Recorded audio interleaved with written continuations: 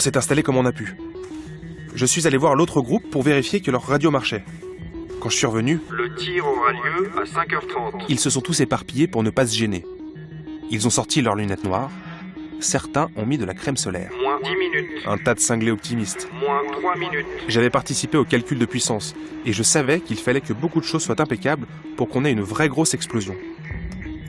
Je ne voyais même pas la lumière de ma lampe torche à travers les lunettes de soudeur qu'ils nous avaient données. Et je voulais vivre pleinement l'explosion si elle marchait. Donc je les ai retirées. Moins 10 secondes. 9. Le pare-brise me protégerait des ultraviolets. J'ai été aveuglé.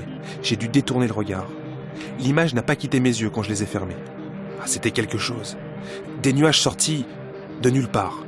Une masse orange vif, embrasée, est montée dans le ciel, laissant une colonne de fumée sur son passage. J'ai cru que c'était encore la persistance rétinienne, mais quand j'ai fermé les yeux, et puis les ai rouverts, elle était là.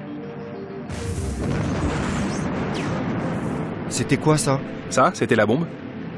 Jusque-là, on avait regardé un film muet, et il avait oublié que la bande-son était décalée de 1 minute et 40 secondes. Tout était parfait, sauf la cible. Ce n'était pas le Nouveau-Mexique qu'on voulait viser.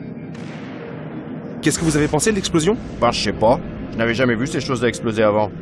Quand je suis rentré, j'ai eu le plaisir de tout raconter à plein de gens. Avec ça, on arriverait peut-être à finir la guerre vite. C'était presque trop d'espoir.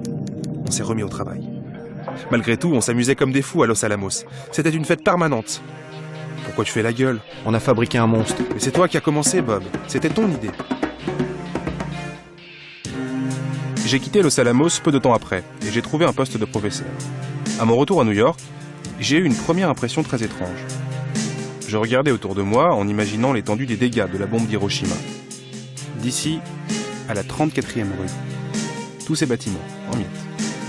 Quand je voyais des gens construire un pont ou autre chose, je me disais, ils sont fous, ils n'y comprennent rien. Pourquoi font-ils du neuf? C'est inutile. Heureusement, j'avais tort. Ces gens avaient le bon sens d'aller de l'avant.